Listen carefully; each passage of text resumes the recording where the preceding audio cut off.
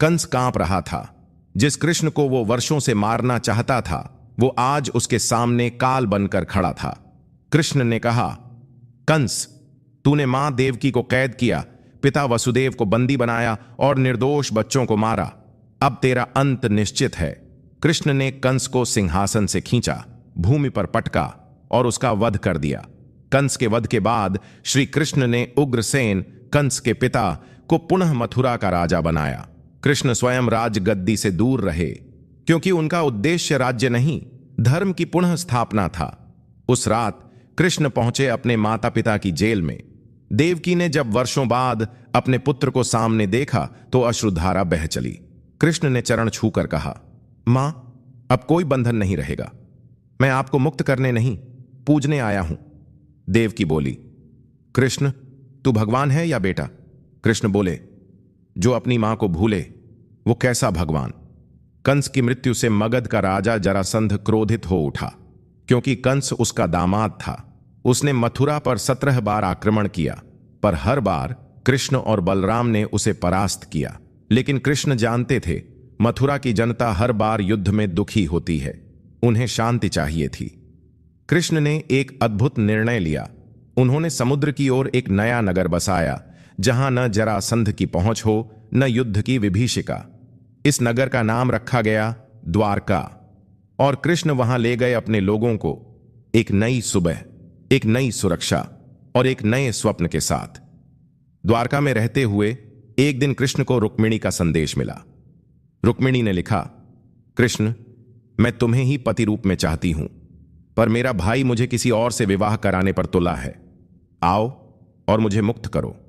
कृष्ण अपने रथ पर सवार हुए और रुक्मिणी को उसके स्वयंवर से उठा लाए। रुक्मिणी उनकी पहली पत्नी बनी, सौंदर्य, बुद्धि और भक्ति की अद्वितीय मूर्ति। अब कृष्ण ग्वाला नहीं रहे, वो द्वारका के मार्गदर्शक, सेनापति और नीति नायक बन चुके थे। हर कोई उनके पास निर्णय लेने आता, क्योंकि उनके निर्णय सिर्फ न्याय पर नहीं, धर्म और करुणा पर आधारित होते। मथुरा से द्वारका का यह सफर केवल एक नगर परिवर्तन नहीं था, यह था एक ग्वाले से योगेश्वर बनने का क्रम। अब धर्म भूमि तैयार हो रही थी, क्योंकि आने वाला था महाभारत। द्वारका की स्थापना के बाद श्री कृष्ण एक राजा नहीं रहे, वो बन गए धर्म के संरक्षक। और अब समय आ गया था उस युद्ध का, जिसमें न सिर्फ भाई भाई के खिलाफ होंगे, बल्कि मानवता के भविष्य का फैसला भी होना था। हस्तिनापुर का सिंहासन डगमगा रहा था। कौरवों की अधर्मपूर्ण चालों के कारण पांडवों को वनवास मिला, अपमान सहना पड़ा, और द्रौपदी के चीरहरण ने तो सारे मर्यादाओं को तोड़ दिया। द्रौपदी ने जब कृष्ण को पुकारा, गोविंद, मेरी लाज अब तुम्हारे हाथ है, तब कृष्ण ने अनंत चीर प्रदान किया। कृष्ण एक अंतिम प्रयास करना चाहते थे। उन्होंने युद्ध से पहले शांति का प्रस्ताव लेकर कौरवों के दरबार में प्रवेश किया। उन्होंने दुर्योधन से कहा, 5 गांव दे दो, युद्ध टाल दो। पर दुर्योधन हंसते हुए बोला, 1 सुई की नोक जितनी भी जमीन नहीं दूंगा। कृष्ण ने वहीं अपने विराट रूप में प्रकट होकर कहा, अब जब अधर्म ने अपना अहंकार दिखा दिया, तो धर्म अपना प्रहार दिखाएगा। कुरुक्षेत्र में जब युद्ध आरंभ होने ही वाला था, तब अर्जुन का हृदय भर आया। उसने धनुष नीचे रख दिया। हे केशव, मैं अपने भाई गुरु संबंधियों से कैसे युद्ध करूं? कृष्ण ने तब सारथी के रूप में जो कहा, वो केवल अर्जुन के लिए नहीं, बल्कि संपूर्ण मानवता के लिए था। श्री कृष्ण बोले, हे पार्थ, यह शरीर नश्वर है, आत्मा अमर है। कर्तव्य मत छोड़ो, युद्ध से पीछे मत हटो। जो हुआ वो अच्छा हुआ, जो हो रहा है वो भी अच्छा है, और जो होगा वो भी अच्छा ही होगा। तुम कर्म करो, फल की चिंता मत करो। कृष्ण ने जब अर्जुन को अपना विराट रूप दिखाया, तो अर्जुन कांप उठा। वो रूप जिसमें सैकड़ों मुख, हजारों नेत्र और संपूर्ण ब्रह्मांड समाया था। अर्जुन ने हाथ जोड़कर कहा, हे देव, अब मैं जान गया हूं, आप ही सत्य हैं, आप ही काल हैं। कृष्ण ने शंख बजाया, पांचजन्य, और युद्ध प्रारंभ हो गया। श्री कृष्ण ने स्वयं शस्त्र नहीं उठाया, पर हर मोड़ पर पांडवों को धर्म की राह दिखाई। जब अर्जुन भीष्म से युद्ध में विचलित हुआ, तब कृष्ण ने कहा, धर्म को देखकर चलो अर्जुन, संबंधों को नहीं।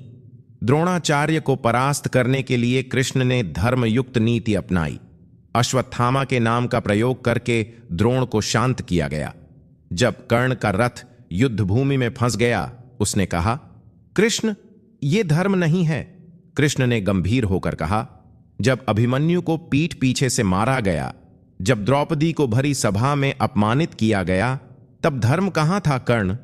अंततः बलराम के कहने पर कृष्ण ने भीम को संकेत दिया, जांघ पर प्रहार करो। भीम ने मूसल से दुर्योधन की जंघा तोड़ी। कृष्ण ने अधर्म के घमंड को धूल में मिला दिया। महाभारत के युद्ध में लाखों मरे, पर कृष्ण ने स्पष्ट किया, धर्म की रक्षा के लिए कभी कभी विनाश भी आवश्यक है। श्री कृष्ण ने गीता में जो उपदेश दिया, वो आज भी हर युग, हर व्यक्ति के लिए मार्गदर्शक है। कर्म का रास्ता, सत्य की खोज और आत्मा की अमृता का ज्ञान, सब कुछ समाया है योगेश्वर श्री कृष्ण में। धर्म की स्थापना हो चुकी थी। कुरुक्षेत्र के युद्ध में कृष्ण ने अधर्म को हराया था, पर अब समय था उनकी लीला समाप्त करने का।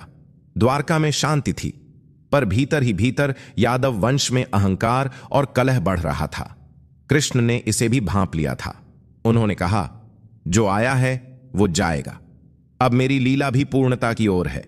महाभारत युद्ध के बाद जब गांधारी ने अपने पुत्रों का शव देखा, उसने श्री कृष्ण से कहा, तुम सब कुछ रोक सकते थे, फिर भी तुमने युद्ध होने दिया।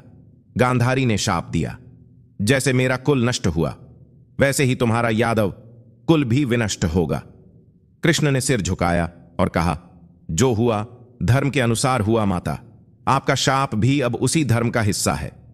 कुछ वर्षों बाद यादवों में आपसी विवाद हुआ। शराब और मद के कारण उन्होंने एक दूसरे को ही मार डाला। बच गया केवल धर्म का बीज। अब श्री कृष्ण अकेले वन की ओर चल पड़े। पीपल के वृक्ष के नीचे बैठ गए। नीचे घास, ऊपर आकाश, और उनका मन समाधि में था। तभी एक शिकारी जरा उन्हें हिरण समझकर तीर चला बैठा। तीर लगा। श्री कृष्ण मुस्कुराए। कृष्ण बोले, यह देह तो मात्र एक माध्यम थी, पर मैं तो काल हूं, मैं तो सनातन हूं। श्री कृष्ण ने धीरे धीरे अपनी आंखें बंद कर लीं और देह त्याग दी। पर उस क्षण पृथ्वी हिल गई, दिशाएं गूंज उठीं और ब्रह्मांड ने मौन धारण कर लिया। कृष्ण के जाने के कुछ समय बाद द्वारका नगरी समुद्र में समा गई। जैसे उनकी लीला थी, वैसी ही उनकी नगरी भी अलौकिक। श्री कृष्ण नहीं गए, वो बस दृष्टि से ओझल हुए। आज भी जब कोई सच्चे मन से उन्हें पुकारता है, कृष्ण उसके साथ होते हैं। कृष्ण ने जो सिखाया वो केवल ज्ञान नहीं, बल्कि जीने की एक शैली है। जब जब अधर्म बढ़ेगा, मैं फिर आऊंगा, हर युग में, हर काल में। कृष्ण बोले, मैं हूं तेरे हर पल में। बस तू मुझे मन से पुकार, क्योंकि मैं दूर नहीं, तेरे भीतर ही हूं। अगर आपको यह वीडियो पसंद आया हो तो इसे लाइक और शेयर करें, और ऐसे ही रोचक और जानकारीपूर्ण वीडियो के लिए हमारे चैनल को सब्सक्राइब करना न भूलें। अगले भाग के लिए सब्सक्राइब करें।